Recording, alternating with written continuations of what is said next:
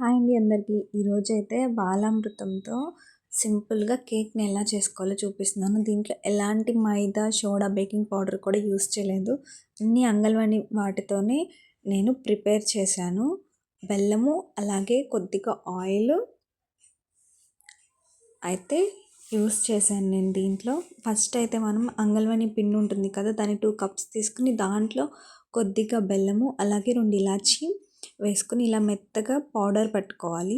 దీంట్లో ఒక ఎగ్ని అయితే మనం మిక్సీ చేసుకున్నాం. ఇలా చేసేసి దాంట్లో అయితే మిక్స్ చేసుకోవాలి. ఇలా మిక్స్ చేసుకున్న తర్వాత పాలు ఉంటాయి కదా, నేనైతే అంగన్వాడీ పాలే యూస్ చేశాను. దీంట్లో ఒక టీ గ్లాస్ చాలండి.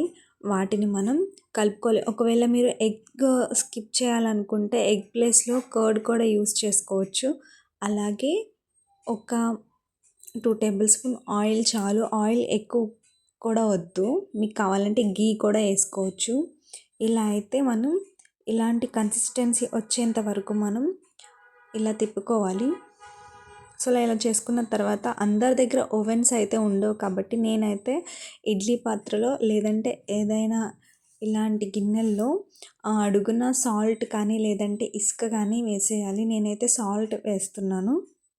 ఇలా సాల్ట్ అయితే వేసుకున్న తర్వాత మనం ప్రిపేర్ చేసుకున్న దాన్ని ఇలాంటి బౌల్స్లో ఆయిల్ రాసుకుని ఈ మిక్స్చర్ని అయితే మనం యాడ్ చేసుకోవాలి.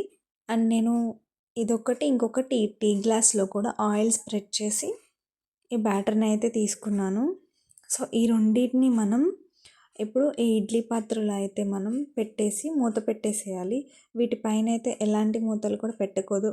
మనం ఓన్లీ ఫస్ట్ అయితే మనం దేంట్లో అయితే ప్రిపేర్ చేయాలనుకున్నామో దానికి మాత్రమే లిడ్ అనేది పెట్టేసేయాలి, క్యాప్ అనేది.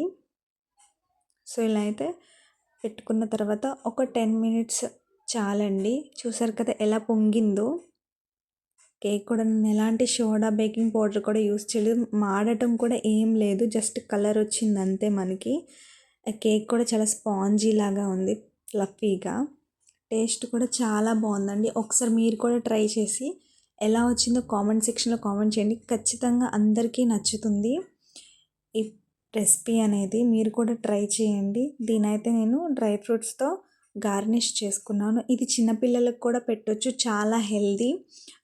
ఎగ్స్ అండ్ అలాగే గోధుమ పిండి, అంగన్వాడీ పిండితో యూస్ చేసాం కాబట్టి. Thank you.